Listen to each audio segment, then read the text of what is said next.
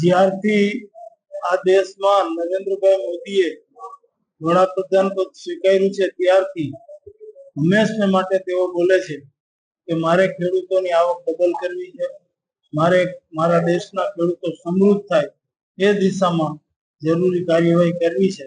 અને આપ બધા જાણો છો એમ દરેક વર્ષે જે સિઝનની વાવણી થવાની હોય, વાવેતર થવાનું હોય એ પહેલા કેન્દ્ર સરકાર દ્વારા ટેકાના ભાવો જાહેર થઈ જાય, જેથી ખેડૂતોને ખબર પડે કે મગફળીનો આ ભાવ ઓછામાં ઓછો મળવાનો છે, કપાસનો આ ભાવ મળવાનો છે, અડદનો આ ભાવ મળવાનો છે, મગનો આ ભાવ તો મળવાનો જ છે.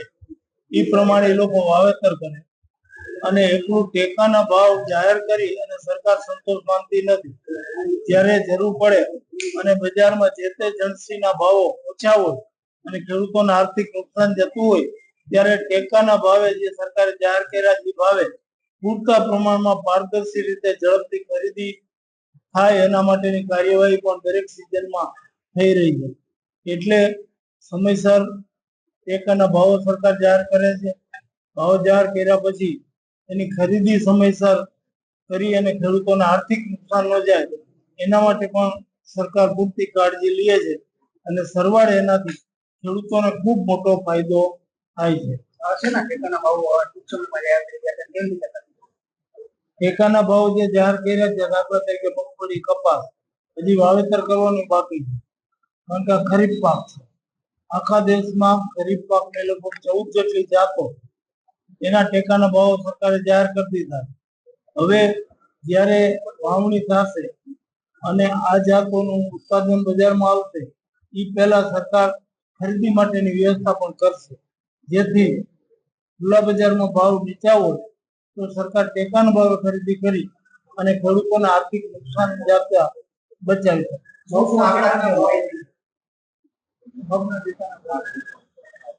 ગયા વર્ષે મગના ટેકાનો ભાવ 7,755 હતા.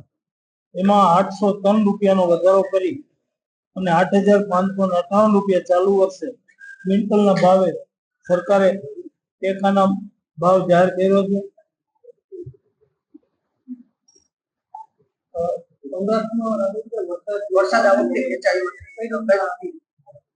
અમુક વિસ્તારમાં સારો પડ્યો છે, અમુક વિસ્તારમાં ટેકાનો કે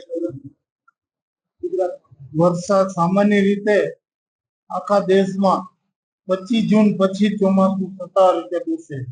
આ વખતે હવામાન ખાતાની આગાહી હતી થોડું વહેલું બેસવાનું, પણ સંજોગો વરસાદ હજી ક્યાંય વ્યવસ્થિતપણે વરસાદ થતો નથી. છૂટો છવાયો પ્રી મોન્સૂન એક્ટિવિટી જેને કહી શકાય એવી રીતે છૂટો છવાયો વરસાદ થાય છે.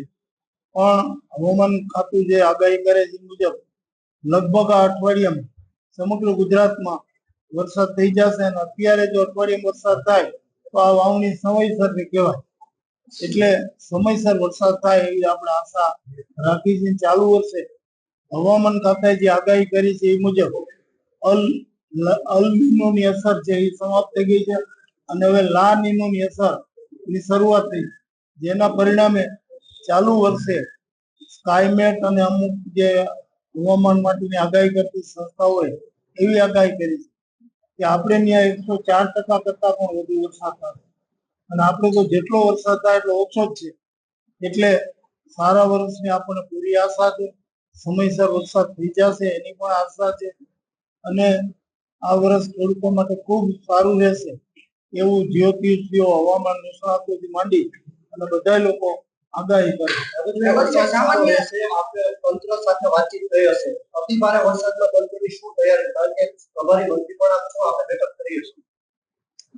આપ બધા જાણો છો એમ આ સરકાર કુદરતી આપતી વખતે ખૂબ જ એલર્ટ રહી છે.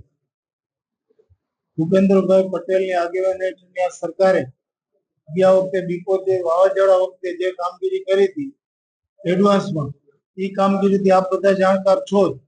એવી રીતે અમારું ડિઝાસ્ટર મેનેજમેન્ટ વખતો વખત જ્યારે આગાહીઓ આવશે આવી કોઈ કુદરતી આફતની તો એડવાન્સમાં જ એના માટે જરૂરી પ્રિવેન્ટિવ એક્શન વ્યવસ્થિત લેવાઈ જાય. કોઈ જાનહાની ન થાય, ફુવારી ઓછી થાય એના માટે સરકાર પૂરેપૂરી સતર્ક છે અને એના માટે અમારા માનનીય મુખ્યમંત્રી શ્રીની આગેવાની હેઠળની આ સરકાર પૂરા પગલા લેશે એવી સમગ્ર બાબત આજે રિપોર્ટ આજે સબમિટ થવા જઈ રહ્યો છે, શું કહેશો?